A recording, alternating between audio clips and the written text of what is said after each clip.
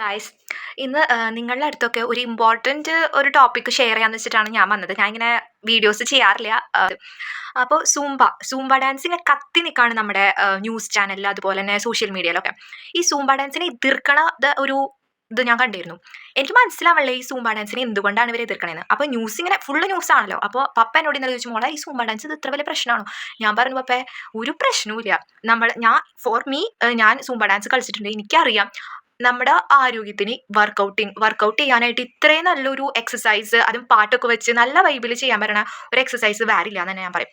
Zumba dance എന്ന് പറയുമ്പോൾ നമ്മുടെ സ്കൂളിൽ എന്തുകൊണ്ട് റെലവൻ്റ് ആവണു എന്ന് ഞാൻ പറയാം. ഞാൻ സ്കൂളിൽ പഠിക്കുന്ന സമയത്ത് ആകെ പി ടി പീരീഡ് ആകെ ആഴ്ചയിൽ 2 അവർ ഉണ്ടാവുള്ളൂ. ആ സമയത്ത് ബോയ്സ് വല്ല ഫുട്ബോൾ കളിക്കണ്ടാവും, ഗേൾസ് ഒന്നില്ലെങ്കിൽ വല്ല റിങ്ങിന് ചുറ്റും ഇങ്ങനെ ഇരിക്കണ്ടാവും, അല്ലെങ്കിൽ വല്ല മരം തൊട്ടി കളിച്ചു ഭാഗ്യം കളിച്ച് കഴിഞ്ഞാൽ.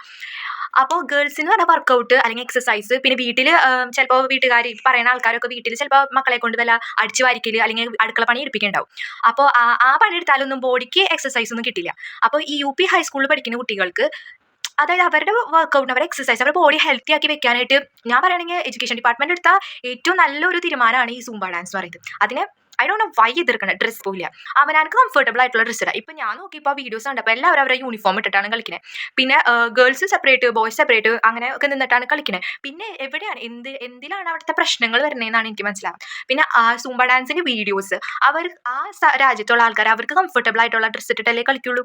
അത് നമ്മൾ പറഞ്ഞിട്ട് വല്ല കാര്യമുണ്ട്? നമ്മൾ അതുപോലെ ചെയ്യാം, അല്ലെങ്കിൽ നമുക്ക് താല്പര്യം ഉണ്ടെങ്കിൽ ചെയ്യാം. അത് ഒരാളുടെ പേഴ്സണൽ ആയിട്ടുള്ള കാര്യമാണ്. അപ്പം നമ്മുടെ സ്കൂൾ കുട്ടികൾക്ക് അത് കൊണ്ടുവരുന്നത് എന്തുകൊണ്ടും നല്ലൊരു കാര്യമാണ്. അതിനെ നമ്മുടെ കുട്ടികളുടെ ആരോഗ്യം, അതായത് എതിർക്കണവർ ഈ സ്കൂളിൽ പഠിക്കുന്ന പിള്ളേരെ ആരോഗ്യത്തിനെയാണ് എതിർക്കണേ എന്നാണ് എനിക്ക് പറയാനുള്ളത്. കാരണം ആ കുട്ടികൾ വേറെ എക്സസൈസ് ചെയ്യുന്നില്ല. ഞാൻ മനസ്സിലാക്കില്ല, ഞാൻ പഠിക്കുമ്പോൾ സമയത്തൊക്കെ അങ്ങനെയായിരുന്നു. അപ്പോൾ ഇതിനെ എതിർക്കാണ്ട് ഇതിനെ സപ്പോർട്ട് ചെയ്യാനും, ഇത് നമ്മൾ വീട്ടിലും ഇതൊക്കെ ചെയ്യാനും ഞാനിപ്പോൾ തീരുമാനിച്ചിട്ടുണ്ട്. ഞാൻ വീട്ടിൽ ചെയ്യാം, പാപ്പേനെ അമ്മനെ കൊണ്ടൊക്കെ ചെയ്യിക്കാം. കാരണം എന്തുകൊണ്ടും അത് ചെയ്ത് കഴിയുമ്പോഴാണ് അത് മനസ്സിലാവുള്ളൂ. ഈ പറയുന്ന ആൾക്കാർ ഒരു പ്രാവശ്യമെങ്കിലും അത് കളിച്ച് നോക്കിയിരുന്നെങ്കിൽ ഞാൻ ആഗ്രഹിച്ചു പോവാണ്. പിന്നെന്താ പറയാനില്ല. അപ്പോൾ ഇതിനെ സപ്പോർട്ട് ചെയ്യാനാണ് ഞാൻ എല്ലാവരോടും പറയുന്നത്. Thank you, that's all.